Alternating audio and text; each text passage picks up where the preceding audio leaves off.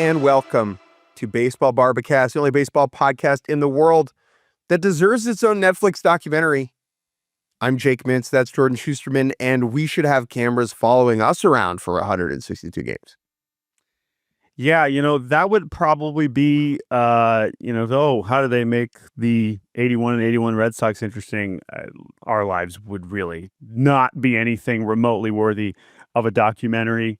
We are going to talk about the Red Sox Netflix doc, which Jake has started to take a peek at. We have a lot to cover on this episode of Baseball Barbacast. This is going to be quite the cross-section of news and information and takes, and some of which is not fun to talk about, some of which is very fun to talk about. But that's what this podcast is. So we're going to do our best, and we hope this ends up being a decent episode. We have a very special guest coming on later, our old friend Michael Clair from MLB.com, to talk about a story that we certainly did not think would grow to the level of national attention that it did.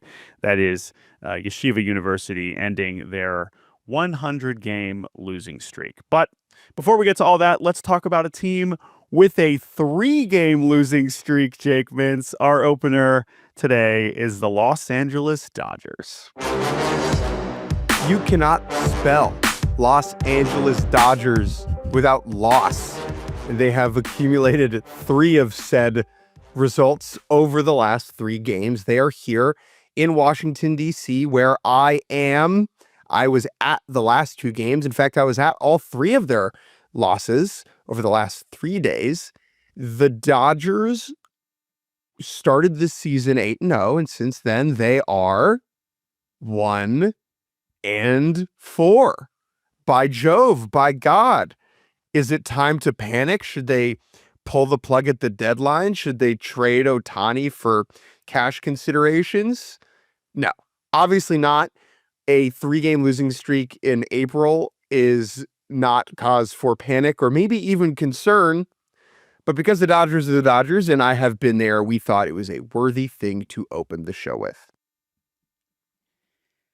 I think that the most concerning thing, if we are going to descend into a level of hysteria over a very good baseball team losing 3 games in a row, is the fact that we are already at the who's starting portion of the season for a team which even last year, it kind of took a while before we were like, oh my gosh, this rotation is really in shambles. But now, after they needed to have a Justin Robleski spot start, that was fairly disastrous. I know Landon Knack will be pitching on Wednesday in the series finale against the Nationals. But with the Blake Snell injury, which is at kind of seeming, you can provide a little bit of insight since I know Dave Roberts spoke about it. Snell, coming into the season, one of the debates that we were often having is like, who is the pitcher we are trusting strictly from a durability standpoint for the first 4 or 5 months of the season? And, you could make an argument for Snell based on how he finished. I was a little hesitant to say Tyler Glasnow because of how his season ended last year. But I don't know, that is what we were, the most basic version was just like, which of these guys is going to throw even 150 or is at least going to take his turn every 5 or 6 days over the first few months of the season. And now we already have an answer that Snell is not that, and that has kind of put their pitching in something of a mess in the early going. So there are really 2 reasons why it has already become ugly. One is that they are committed to Yamamoto and Sasaki throwing on full rest. And what that means is everything just gets truncated. So like Yamamoto threw on Friday, and in a typical 5-man rotation or in a typical rotation, he would be throwing on Wednesday for his next start. He's not doing that because they don't want to do that. I think that's understandable. Everything the Dodgers are doing, we'll talk more about this later, is geared towards October. That is the whole point of everything that they are doing because they're assuming they'll be there. So why go all in to win games today when they're really needing to win games tomorrow? So that's number one, is the 6 days of rest situation. The other is that Snell is on the shelf. This would have been Snell's turn in the rotation he was experiencing shoulder discomfort. Dr. Neil L. Reattach was in town to visit the White House, which we will chat about later. And so he took a look at Snell's shoulder, and they determined he's going to just not throw, and then they'll reevaluate on Monday. I'm a little skeptical. I think that type of shoulder discomfort usually points towards a longer layoff. There's no inside information from my mouth. That's just my inkling. And if that happens, then the Dodgers are facing something of a extended period with no reassuring pitching depth. I think the pitchers who they feel more confident in, and I would say that's Tony Gonsolin, that's like Clayton Kershaw, that's Ohtani whenever he gets back. We'll talk about that. That's Emmett Sheehan even, who was sneaky good before he went down. That group is not going to be ready until the middle of the season. And so right now, it's Wrobleski, it's Landon Knack, it's Bobby Miller. Now, the reason they went with Wrobleski on Tuesday and Knack on Wednesday is that was just their time in the rotation where they were throwing in AAA. And this is a good reminder, right, with spot starts. If you have the number one choice to make a spot start, and they start on a Monday, and you find out you need a dude on Wednesday to start on a Thursday or Friday, nothing you can do. They're not going to, they can't pitch. Like they're not on cycle. And so you're kind of locked into what you have. And that was part of the reason why Wrobleski, who maybe is not the number one choice, made the start on Tuesday and got absolutely blasted by the Washington Nationals. And James Wood, shout out James Wood. So that's all to say, the Dodgers pitching depth is in a place where I don't feel great about how it looks right now, but it shouldn't matter in the long run as they start to add pieces back, and they can just outslug teams relatively often with the offense they have. Yeah, the last thing I'll say about the pitching is I don't know if you were there for this, but Clayton Kershaw, I saw, had an interesting comment about where he's kind of at in his rehab. Because again, when you're looking at the depth chart at the start of the season, you're like, well, why do we need to rush Kershaw back? And I think that that's still generally true, partially because of his physical condition.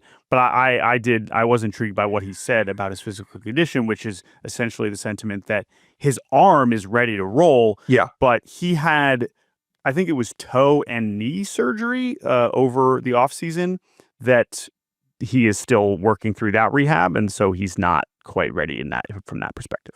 So I was standing by his locker the other day after he threw, and he like came in and took off his cleats and was kind of rolling his toe. And I don't want to say grimacing, but he certainly didn't look particularly comfortable with his toe. And that kind of reflects what he was saying. Now, the problem, right, is that if your toe is bugging you, that's going to lead to other compensations within your throwing mechanics that might lead to issues elsewhere. So Kershaw's going to get that toe ironed out before he's ready to roll. Let's talk about Ohtani. Mm-hmm. Have you heard of him, Shohei Ohtani? In Monday's game, he goes single, triple homer because he's unbelievable. The pitching situation with Ohtani, I'm fascinated by for a very simple reason. I don't think he is going to throw a pitch in a game before the All-Star break. I just don't, based upon where he's at in his timeline. He has not thrown breaking balls at full gas off the mound. He threw a bullpen earlier this week in which he only threw fastball splitter. I think he said 80% around there. In order to come all the way back to pitching games, he first has to throw those pitches full gas in a bullpen. Then he has to face live hitters. Then he has to do, work up the workload. And I think that based upon where that time, like that's going to take some time, even from now. And when we finish, whenever he's back, if I'm just going to say, let's say it's late July, early August, that's a 23-month recovery timeline, which is very long. Okay.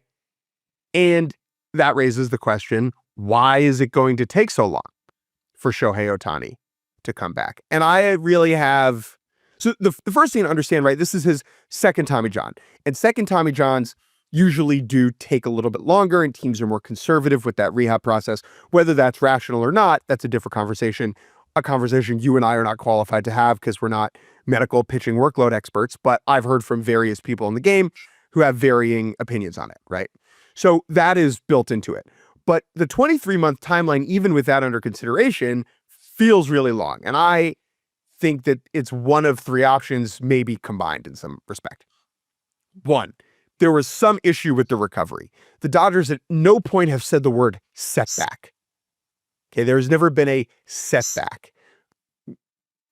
That doesn't mean that there wasn't some sort of reason to slow roll, and they could choose how to describe it however they wish. And I think that one thing that's worth noting is the offseason shoulder surgery on the other shoulder, right? Slides into second base in the World Series, messes up his left shoulder, gets surgery on that in the offseason.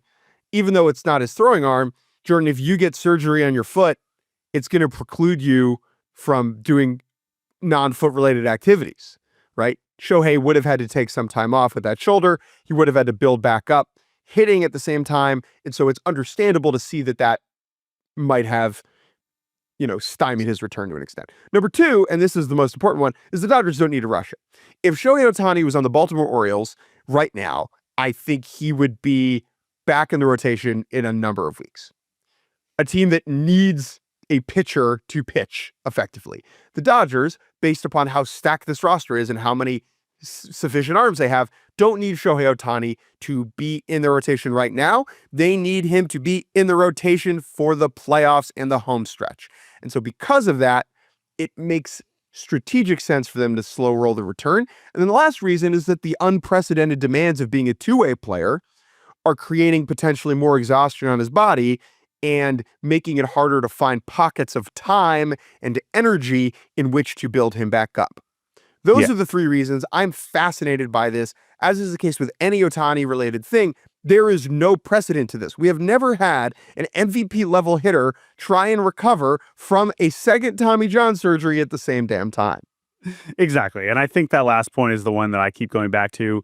And Dave Roberts has essentially admitted this over and over, which is just like, we don't know. There's no, Neil Elitrosh has done 1 million elbow surgeries, and he probably, when the guy gets the elbow surgery, they walk out and he probably gives them a binder that's like, here's what you do. This is what happens. You do this, you follow this, you start throwing then, and then you start doing this and this, and then voila, you're a major league pitcher again in 12 to 15 months. At no place in that binder is there a page that says, choose your own adventure. Go to page 43 if you just went 50-50. Right. If you just went 50-50 and you're still leading off and you're still, supposed to be one of the best hitters in the world. So because of that, I don't think anybody knows exactly the timeline, what is required, what is necessary. I think the part that I'm most compelled by, which you sort of touched on, but related to just how Shohei has operated throughout his whole career, which is, do we get to a point where there is a level of not necessarily disconnect, but like Shohei's like, I'm ready, like I'm good. And like he has started throwing. We see, okay, he's started to throw bullpens. He started to throw breaking balls. He starts doing live VP in the afternoon before the actual games. Like we start seeing those things. If at that point, I could see a situation where Shohei's like, oh yeah, let's go. I'm ready to go. And the Dodgers are still slow playing him because they only care about him pitching for 70 innings from September 1st till the end of the year, or whatever, 50 innings, however many that would be.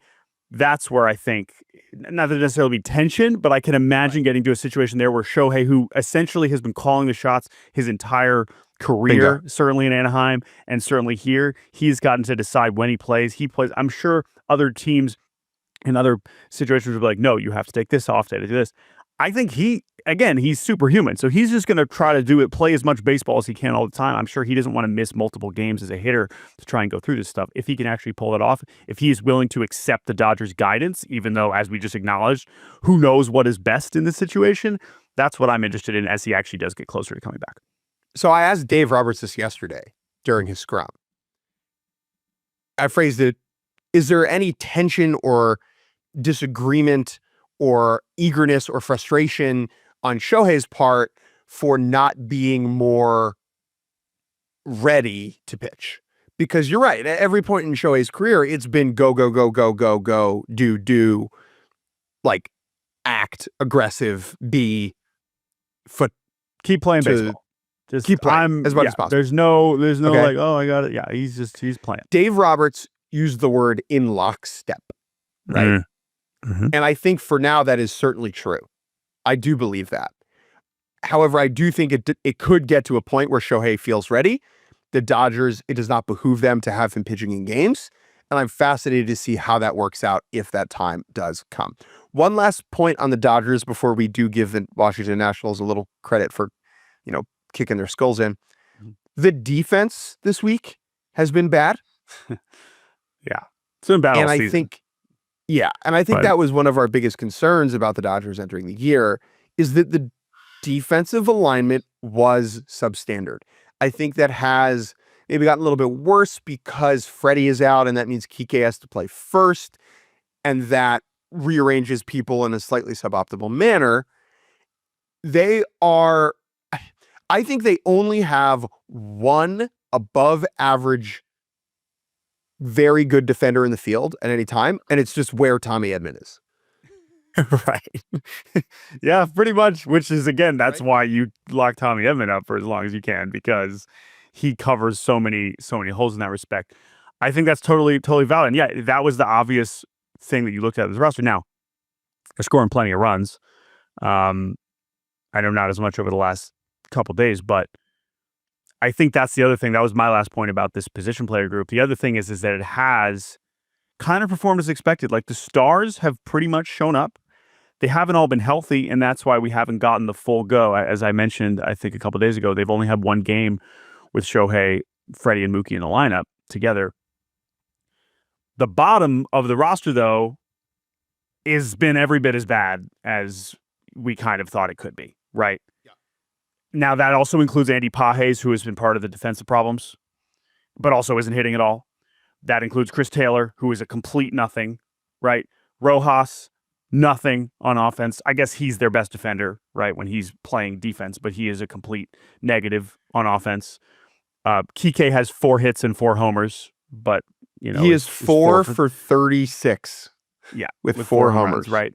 And then the bigger problem that's kind of eating into like the super nature, like kind of the amazing element of the lineup is that Max Muncy has been bad too, right? So normally That's one. Now Michael Conforto being good has sort of helped backfill those struggles, but still that's where we're not. So all of that is to say this is also a reason for optimism with the Dodgers to some degree.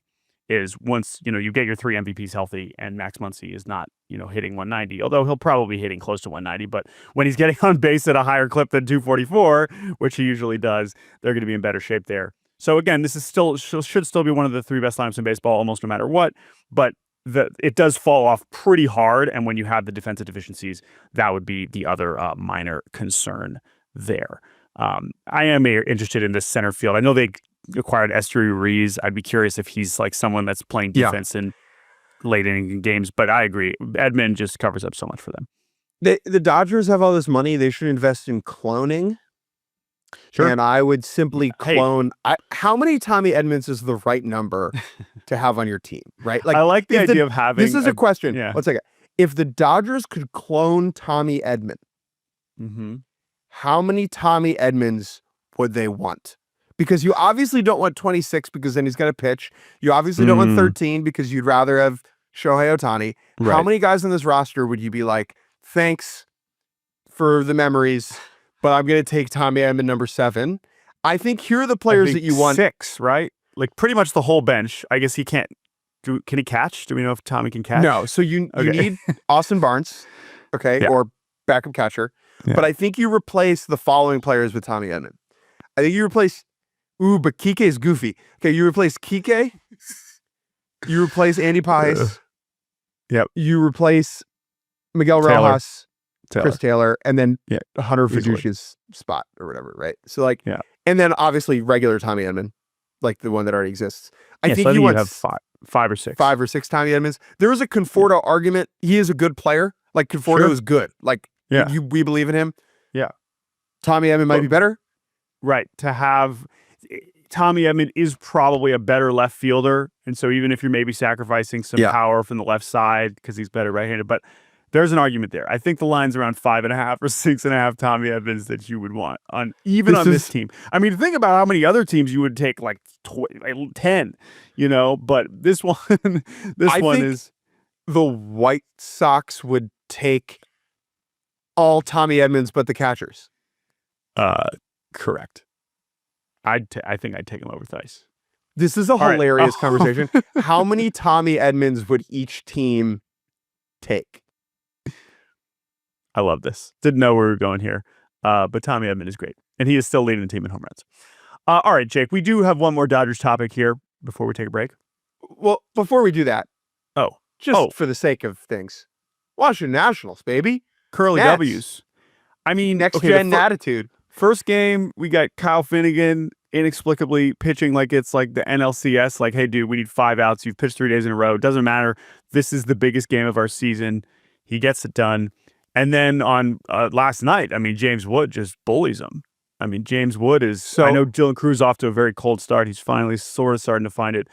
James Wood, we've talked about him since he came up. It is just a different... Very different. It is a different situation. His opposite field power is very freaky. And he also pulled one last night. He is very special.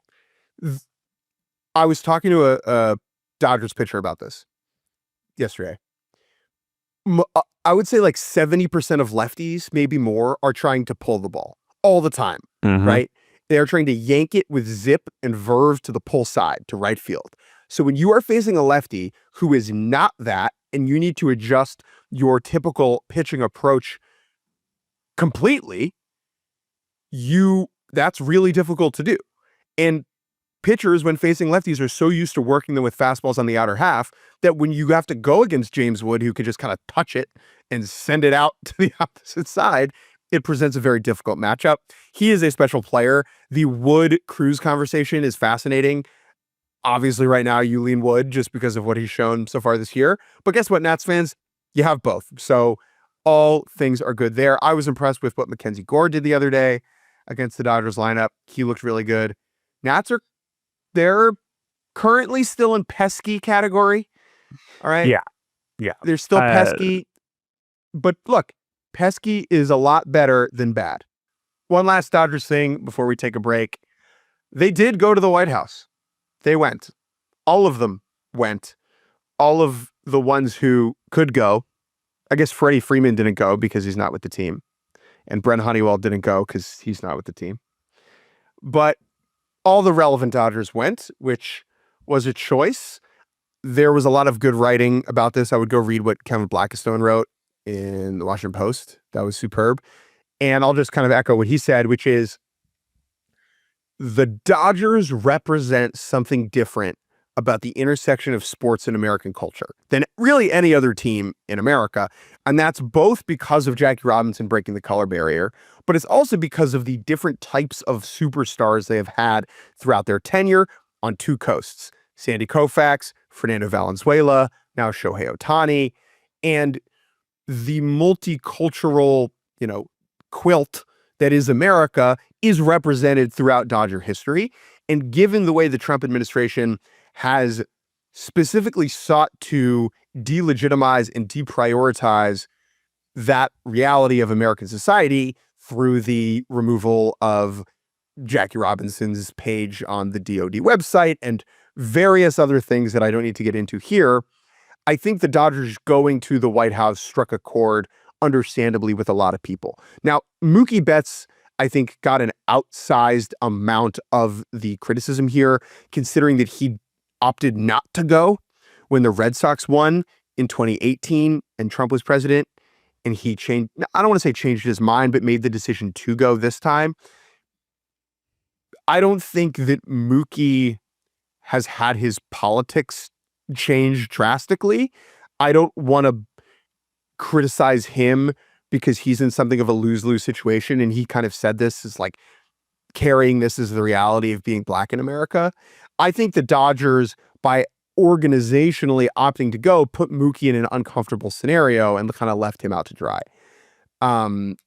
Those are my thoughts on the whole situation, besides Trump mispronouncing Blake Trinan's name, which was just, Yeah, I mean, That's what's difficult about this situation is we watch it, and as has been the case with this president for quite some time, the first time, the second time, there were certainly moments that are amusing. And yes, him mispronouncing Blake Treinen's name of all players was certainly one of them. training. That said, I mean, it's difficult and disappointing. It's not surprising, yeah, when you consider the scope of how organizations operate. And yes, you can point to other examples and say, well, hey, listen, you want to stand up for something like you have meant and had these principles over the course of your history. That is totally fair. And I do not blame people, Dodgers fans, non-Dodgers fans, just people who care about this and feel personally disappointed by this is completely understandable. At the same time, like we've reached a point in sportsdom where expecting these behemoth organizations to act as bastions of resistance and cultural change is not, that's just not going to happen now. It just like they're going to be as risk and crisis averse as possible at every turn, right? Yep. Because that's what makes money. That's fair. And so disappointed, yes. Surprised, no. All right, let's take a break. And when we get back, we will switch gears about as much as we have ever switched gears and discuss. This is going to be a hard pivot. Hard pivot, folks. 2 D3 baseball teams with a lot of losses and 1 win. And welcome back to Baseball Barbacast. It is time to talk to one of our favorite people. This is a reunion against all odds in some cases, but also perfectly appropriate. Michael Clair of MLB.com, our former colleague, Michael Clair. Mr. Clair, welcome to Baseball Barbacast. How are you? I am so good. It's so good to see you guys. It's like we're back in the Chelsea offices, running around, scurrying around, making a mess all over again. We spent a lot of time with Michael Clair back in the old Cut 4 days, which is somehow 7 years ago, 8 years ago. No. I feel like I've aged quite a bit, but we are not having Clair on here simply to reminisce. We have Mike on the pod because Mike did some god dang journalism yesterday. Baby, forget Luis. That's what Gonzo's all about. We had a matchup of truly epic proportions. 2 Division III baseball teams, neither of whom had won a baseball game in quite some time.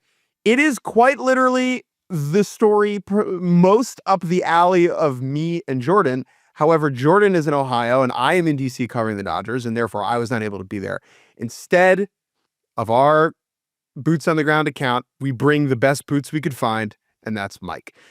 Let's give some background. Why don't we? I shall kick the rock to you, Michael Clair.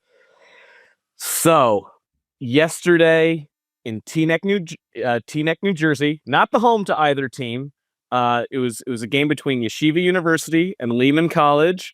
It was moved to New Jersey because Lehman College has a natural grass field.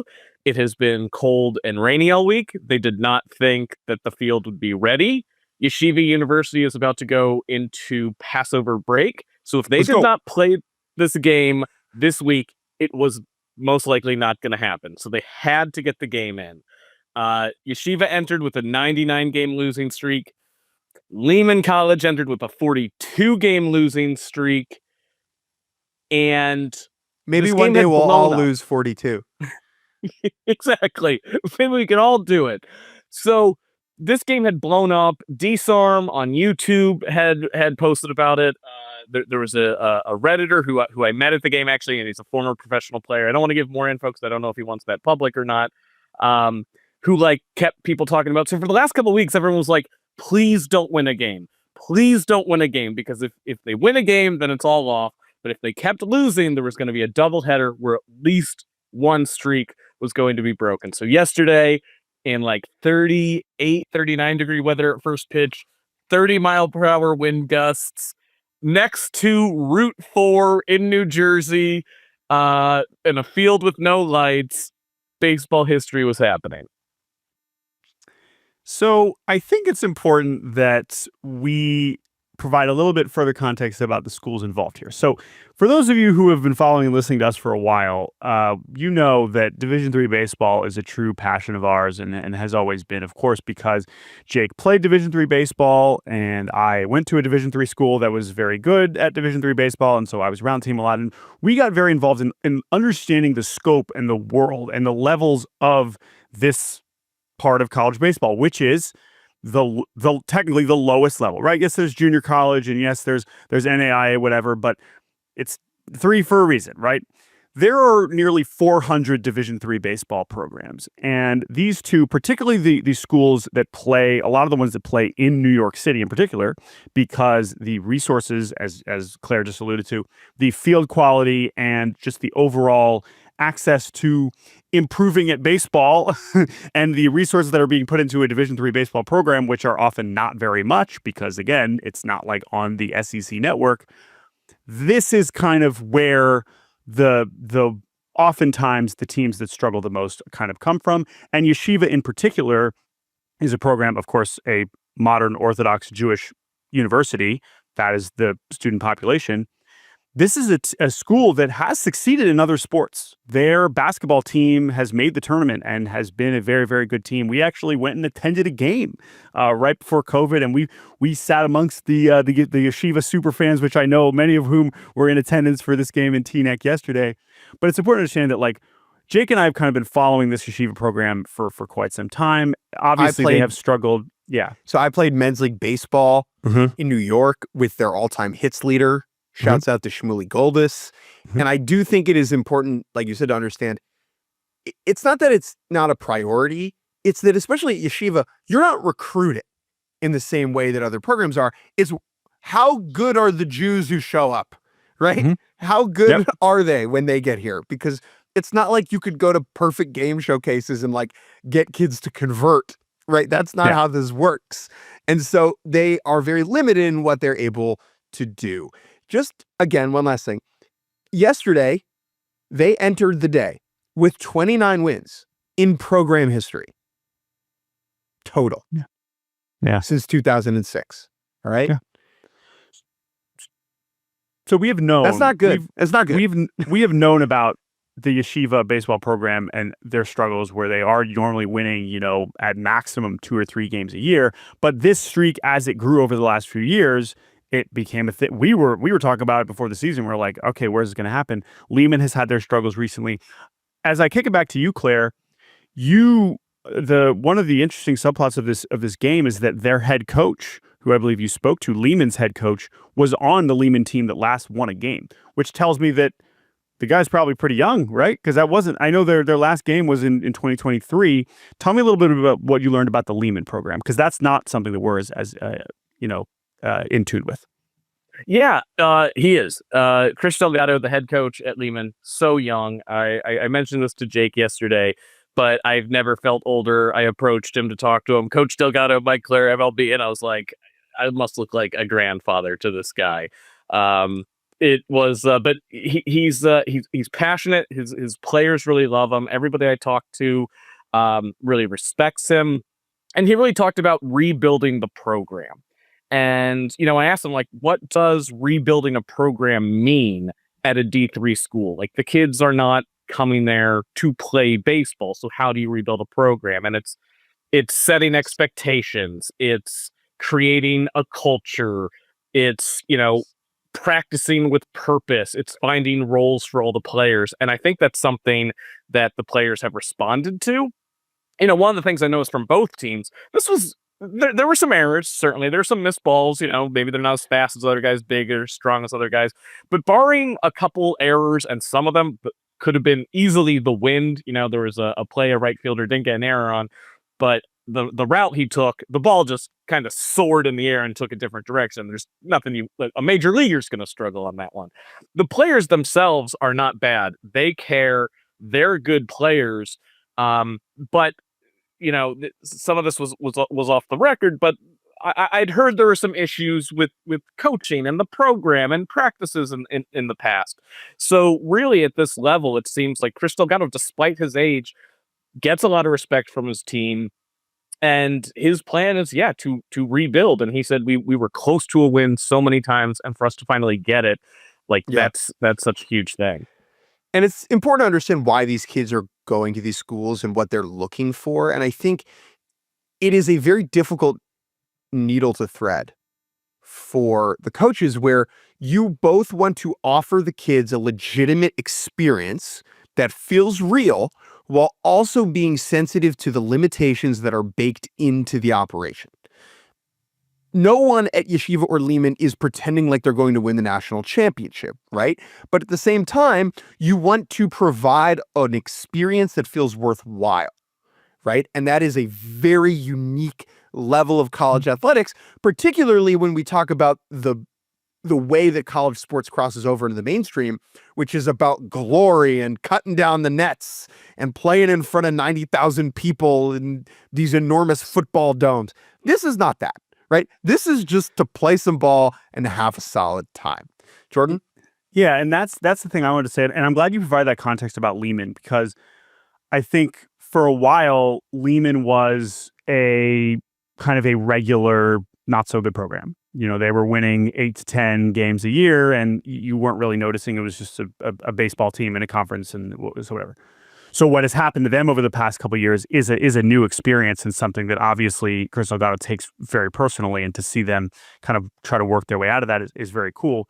But I think what Jake just said is so important, because yes, at the D3 level, you have these statistical anomalies in these situations that we certainly pay attention to and we notice. And it is easy to be like, oh my God, like this team is historically struggling and has all these statistics that like you can't even believe. But what Jake just said is the most important part. Like, we often talk about why we care about D3 baseball and why we want players who are like kind of in between the talent level. Oh, would you rather go sit on the bench at a D1 school and never play, but get to say you played D1? Or would you rather go to D3 and like play baseball? And the beauty of the Yeshiva Maccabees and even some of the other smaller schools that don't have any success is that they just get to play college baseball. And you can't, no matter whether they're winning or losing, they get to have the experience of going and playing 30 to 40 games where they're NCAA athletes, whether you like it or not, and they get to have that experience, and they're probably having a damn good time. Of course, it's not fun to lose 100 games in a row, duh, but they, as Jake said, they understand what they're signing up for. And that is what is beautiful about it, is that they get to play college baseball. A lot of people that don't get to do that. So I think, Claire, one of my concerns about this whole story is that it would become a punchline, right? And that's a bummer. The atmosphere at the stadium, the atmosphere at the field, would you say that it was the game a punchline, or was there genuine support around it? There was genuine support. Now, maybe the people who came out went, oh, we're going to have a fun time. We'll see some baseball and we'll laugh a little bit. But it felt like a basketball game. It felt like a March Madness basketball game. Part of it, I assume, is because Yeshiva was just in the D3 tournament. So I think a lot of those kids who came out, I talked to them, they said, oh yeah, we've gone to basketball games. We've never come to a baseball game before. But they were doing the hands behind home plate late in the game. And they're doing, they were singing and chanting. And then later, the second game, many of the Yeshiva fans had left. Part of it was, I think, many of the fans were local students whose high schools got out. They came, saw the first game. It was so close.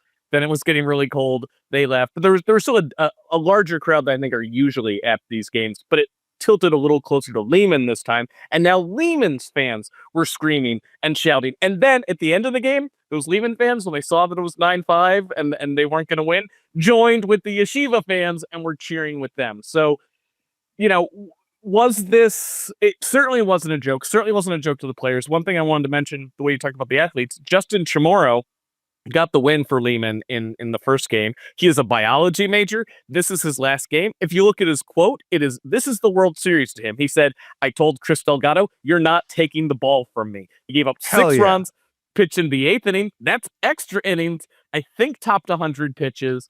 And yeah, he's got to go be a PA now after this. He might have to go to grad school, but he's like, this is the end of my career. You're not taking the ball from me. If I'm going to lose, I think he said it's going to be on my sword. And how is he going to celebrate? He said he was going to get pizza from his favorite place on 234th Street, Broadway Pizza. So shout out to them. Perfect. But yeah, we call that pitching for your childhood.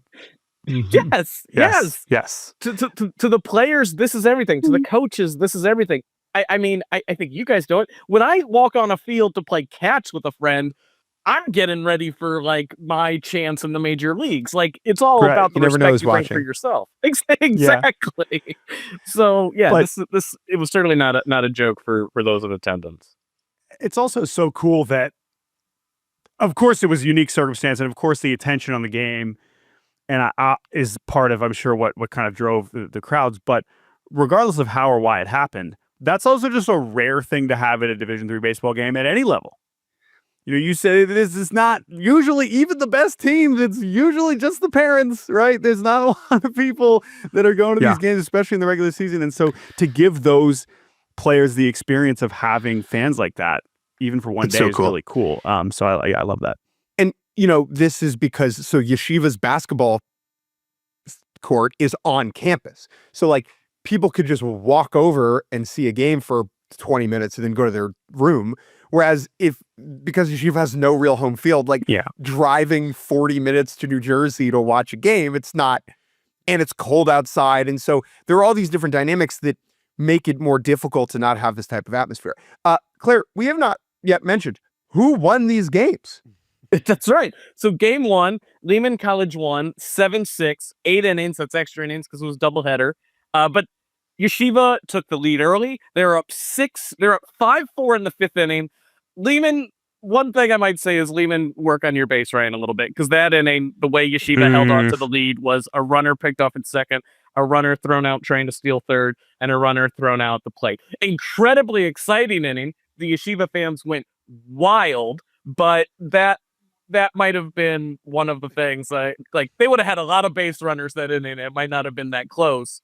Then they tie the game in the seventh, push it to extra innings. They get runners. This is one of the things too, where like when you talk about winning, right? And I know this gets kind of baseball-y, but like you start to see little things break down late in games. You could see the Yeshiva pitchers were getting nervous. They were starting to walk guys. Runners up first and second, extra innings, a sacrifice bunt. First baseman and pitcher come in. No one's covering first base. That loads the bases. Next batter is hit by a pitch. That ends up being the winning run. If someone covers first base, that hit by pitch just sends them on to first. Nobody scores. Yeshiva then shut down. They still had bases loaded. It was either no outs or one out, and stranded the runners. But you just see these little things start to happen. It was, I'd say 80% of the fans there were Yeshiva, whether because they attended or because, I talked to a lot of fans. We got a lot of people. We got a lot of people in that area in Jersey. A lot of people in that area, but also we got people. 99 game losing streak. A lot of the people who came out were coming out because of Yeshiva. Yeah.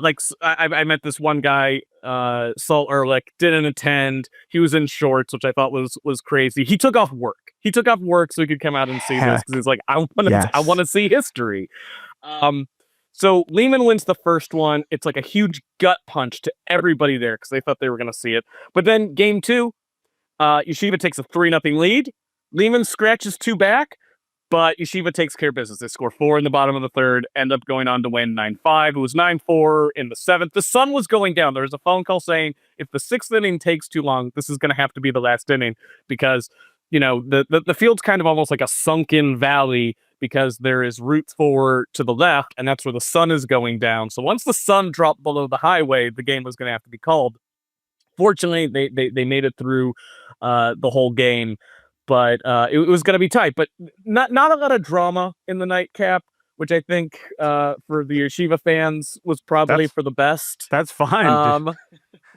Hey, after 100 games, I think they were like, you know what, we'll take the easy win. The closer, the guy they brought in to close the game, was Noah Steinmetz. Noah Steinmetz is the younger brother of D-backs prospect Jacob Steinmetz and the son of Yeshiva basketball coach Elliot Steinmetz. So the family connections are right there. Yes, that Yeshiva they said, don't let the sun go down on me. If you are a member of the Jewish community, the symbolism of getting the game in before sundown is perfect. It could not be any more fitting. And I am so happy for both of these programs to get a win. The feeling of winning a game, no matter the level. And we see this in the big leagues. Like when the White Sox won last year, they were happy that day. And that is legitimate, meaningful, purposeful joy that deserves to be celebrated and cherished.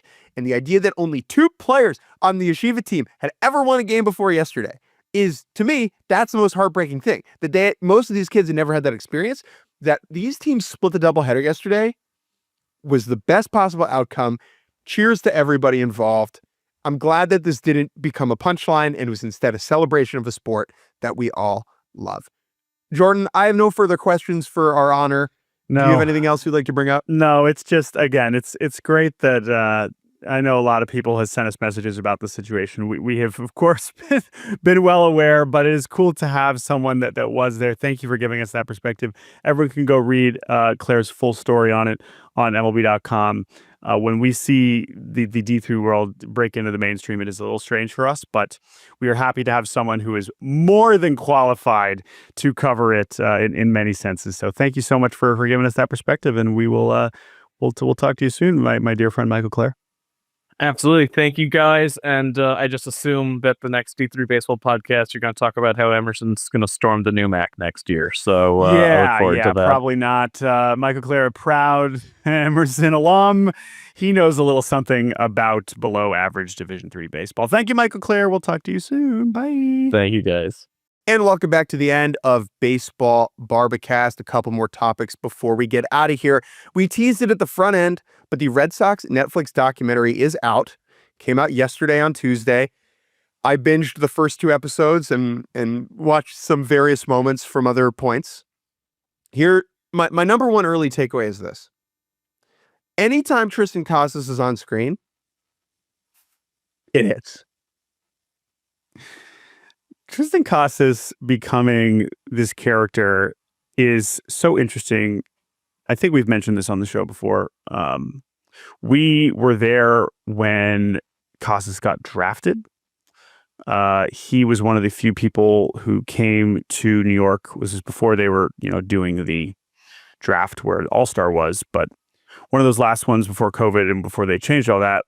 Tristan Casas was one of the players that came to New York to, I guess, the caucus or whatever, to be a part of the draft. And at the time, he was, I don't think we got to read. At the time, he was, 17 years old, or maybe barely 18 years old. And he was just this big kid from Miami who seemed pretty quiet, didn't seem to be any sort of like a notably different or unique personality. And the degree to which he has unabashedly been himself since he has arrived in the major leagues is very cool. And what I am certainly looking forward to in seeing in this documentary is certainly, I imagine, a high concentration of Casas. So the best moment in the first 2 episodes is Jarren Duran's car battery breaks down outside of Fenway. And he's got the hood open and he's like in the gearbox and like in the guts of the car trying to fix it. And he's like underneath it. He's like underneath the car. And Casas just walks over and gets underneath the car with Duran. And is like, what are you doing? Stop, like call someone for help. Like go ask for help. And Duran keeps like futzing around with the car. Casas calls like AAA and asks for help. And there's this great shot where it's Casas asking for help, Duran refusing to ask for help. And it's this perfect juxtaposition of these 2 people. And then you see Casas go, oh, this is a limousine service? Sorry, I'll make an adjustment. And he hangs up the phone. It's great. It's just, well, again, like, I mean, we'll see what we get this documentary from Casas in particular, but he also is someone that is what is great about it is oftentimes younger players like this with this kind of personality, like it's not even that it's like squashed out of them before they get to the big leagues, but it is certainly suppressed and not encouraged to stand out when you are a young player, when you are a rookie. And I do think that is a change in our sport that is so refreshing. And especially, we benefited from it because we actually get to know what these players are like. Now, not all of them are as interesting as Tristan Casas, but when they are, we are glad that they feel comfortable enough to be able to do that. And I think Alex Cora deserves some credit for letting Tristan be Tristan. The main characters in the doc it's a lot of Brian Bayo. Mhm. It's a lot of Alex Cora. Duh. It's a lot of Casas. It's a ton of Duran. Mhm. And it's a lot of Breslow. Yeah. And then like a little bit of Tyler O'Neill here and there. It's very interesting how it's done. I would say that it is worth it. There's just good stuff in there. It's just interesting. It will be compelling to both non-baseball fans and baseball fans. It's worth the watch. Like there's a great scene on opening day where it's Red Sox pitching coach Andrew Bailey Mhm. walking Brian Bayo, the opening day starter, through the Mariners lineup and the attack plan for each guy. And that is interspersed with Bayo pitching to them. So you see Bailey's like, Julio Rodriguez, don't put anything middle, you can get him to chase. And it's Bayo throwing a pitch, Rodriguez chasing, and then throwing one middle and Rodriguez crushing it, right? Like it's very that type of stuff that we know happens, but we never see is really compelling to me. The one other thing I would say about those main characters that you described that I think is cool, and again, I have not watched any of it yet, so maybe we'll do a more longer conversation once we watch all of it. And obviously, we're going to talk about Jarren Duran more specifically in a second here. But I do think that those people and characters that you describe is a great way to, and probably very well done by the directors to focus on players who, even if last season was an irrelevant season for the franchise, understanding that these players, which includes Brian Bayo, who's on an extension, which includes, of course, Duran, which includes, of course, Casas.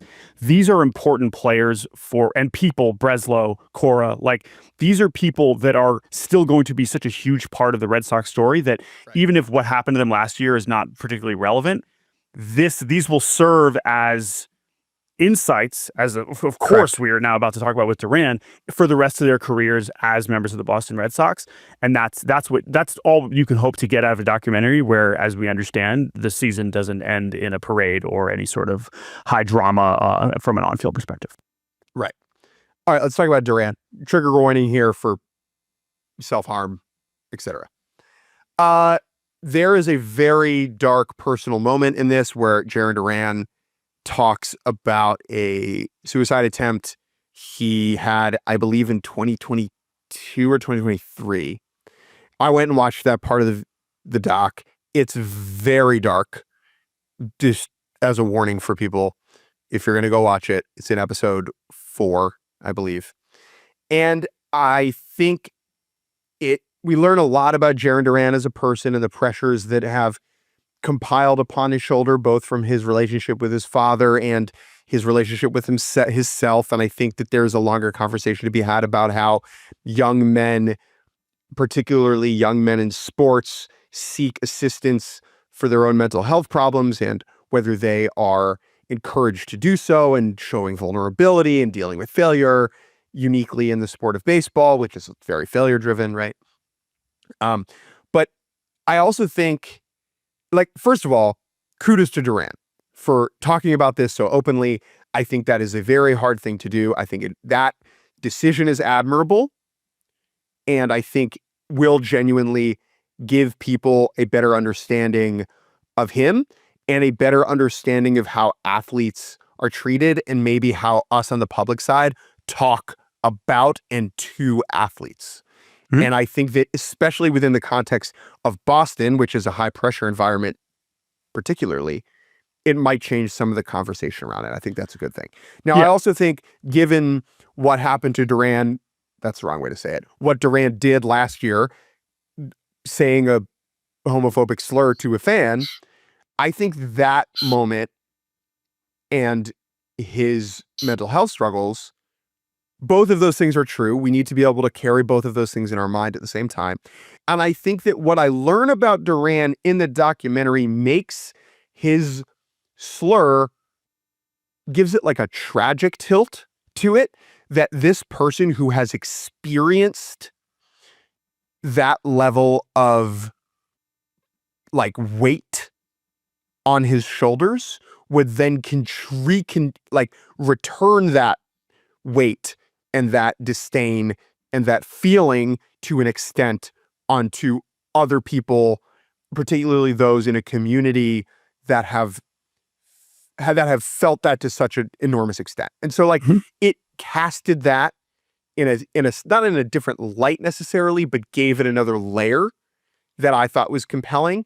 And I watched those things this morning before we recorded, and I'm still kind of chewing my way through that. But I thought that the way it was covered in the documentary was sufficiently well done and thought-provoking and revealing, and they did not shy away from the multitudes of Jaron Duran that exist. And as I mentioned, I have not watched it yet, so I won't comment on the specifics. But to your point, like, this is also what you would hope a documentary like this would achieve. Obviously, this specific situation with his own experience with what happened last year, with what happened in 2022, and what he's kind of gone through, like, it's not like they picked the Red Sox because they knew they were going to get that story out of him. And then Jaron Duran talked yesterday about how it's not like he went into this planning to open up. I think it speaks to the quality of the work. I'm sure that he felt like he was comfortable and in a position to feel to be vulnerable and to share these experiences. And he's, of course, as we've already seen, it can have a profound impact on just people who are feeling like this is not something that people in high levels of fame and accomplishment and success are dealing with. And I think that is certainly a good thing that can come out of it. But to your point, as we know, that part of the Jaron Duran story last year is what he did and what he said in a very public space, in a very reckless manner, in a very, senseless way. But as you would hope for any of these things, like, these are humans and these things are complicated. These things are hard. And that is probably, you say thought-provoking, but this is also just real life, right? It's not like they made a film about a character that they invented. This is a real person that has been as we know, had a very interesting experience over these last few years and a lot of really difficult bouts with mental health. So these two parts of Jaron Duran exist both together and separate. Yep. And I think that understanding that is worthwhile. One does not excuse the other. One does not negate the other. They both exist. They are both real. They are both relevant. Yep. I would just recommend watch it for yourself. Sure. And just see what you think about it. Other Netflix stuff, it's just good. It's good TV.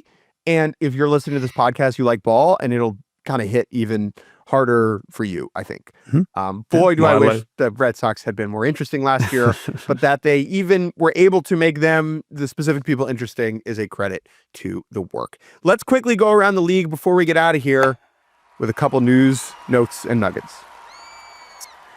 One transaction, just wanted to mention here, the Brewers made a trade with those Red Sox, acquiring Quinn Priester. Quinn Priester has now... Quinn Priester. If you ever see our friends over at the pod on Lansdowne, Liam Fantasy, we had a Quinn Priester related video that I'm not going to rehash, but it is very funny. And Quinn Priester is always someone that means a lot to us. Anyway, he is now a Milwaukee Brewer because the Brewers' pitching depth chart is decimated.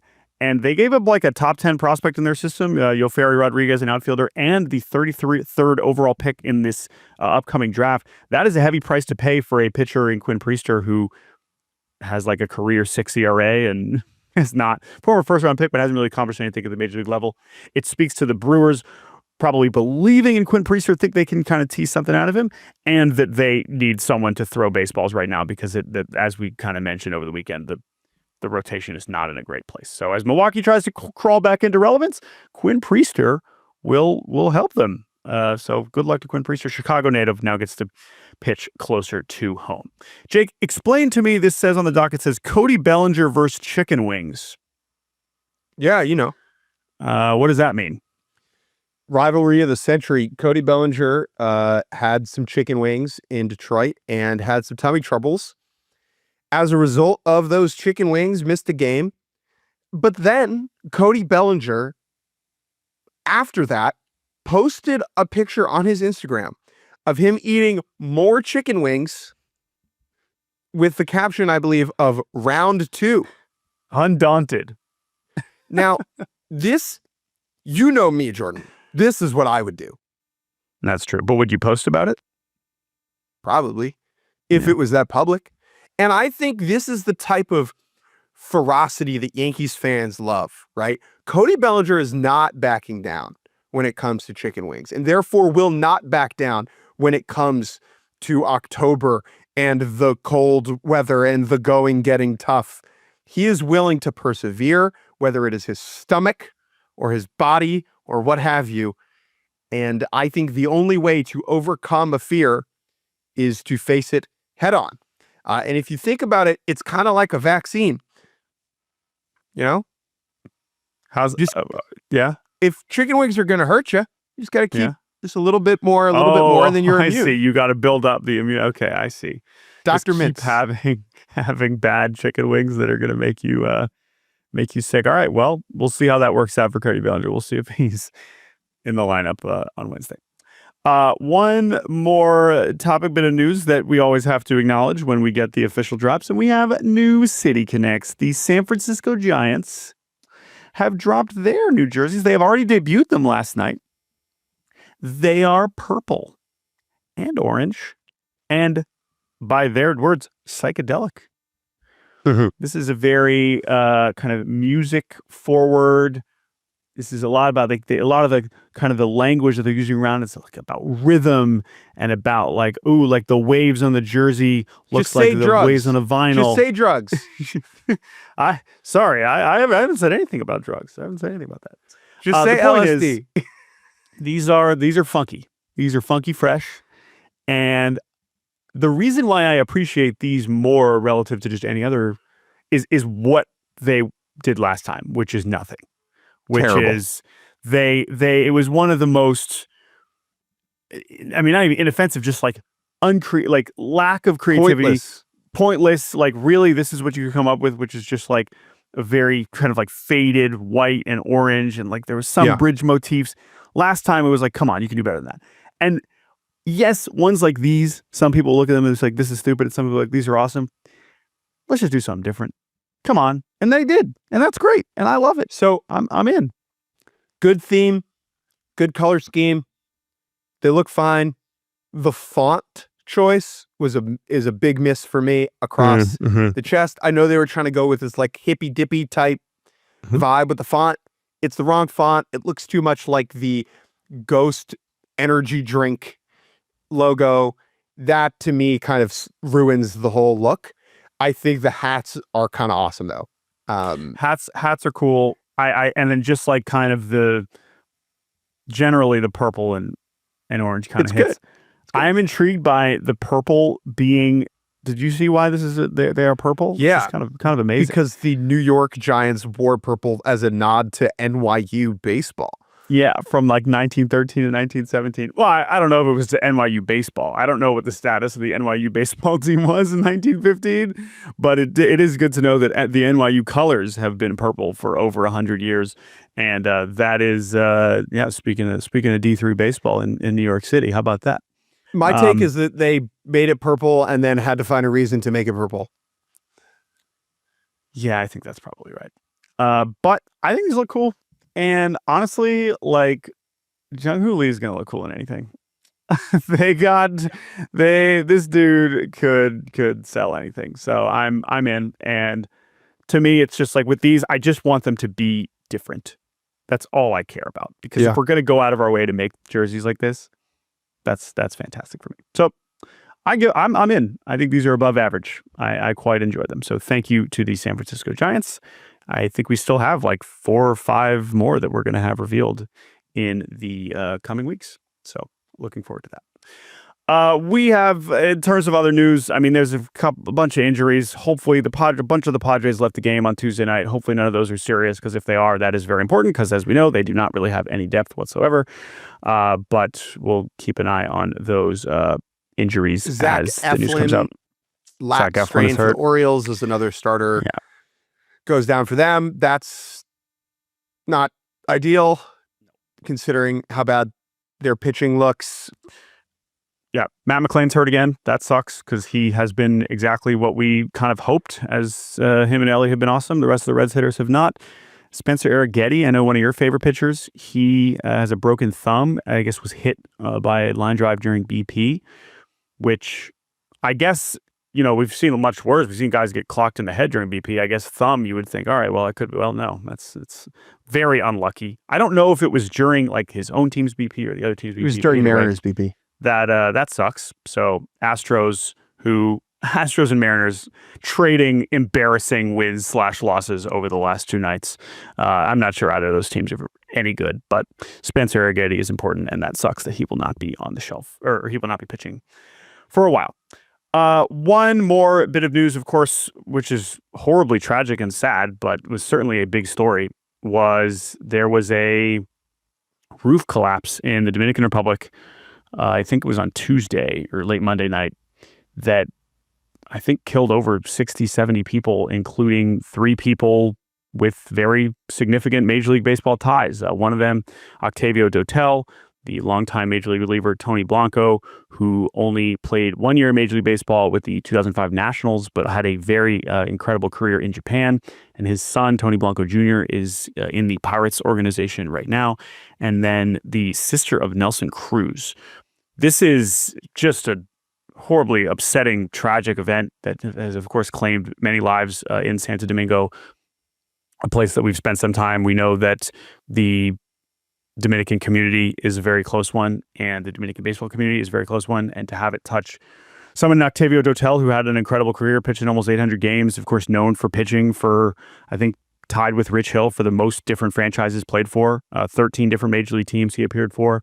And then someone, close to Nelson Cruz, one of the most important players in Dominican baseball, recent history, and as someone who is still very tied in with Major League Baseball. Yeah. We see Nelson Cruz around all the time. It's a horrible tragedy, and obviously we just wanted to mention that. And Nelson's sister, who passed away, Nelsie, was, I believe, the governor of her local municipality in the DR, and so was heavily involved down there. Yeah, I mean, it's just hug the people you love, There's really nothing else to say about it, and thoughts go out to all these families and all the people who were affected by it. And, someone like Dotel, who pitched for Edwin Jackson ends up breaking his record, right, for most teams played for. But, like, the amount of people that he was around exactly during his career, literally, like, the most different people. So his loss will be felt quite heavily throughout the baseball world. Thank you all for listening to our podcast. Thank you to Michael Clair for hopping on and telling us about Yeshiva and Lehman. Jordan, thank you for blabbering with me. Thank you to Carter Singh for producing, and we will be back on Friday. Email us baseballbarbacast@gmail.com. Thank you all for listening. Talk to you soon.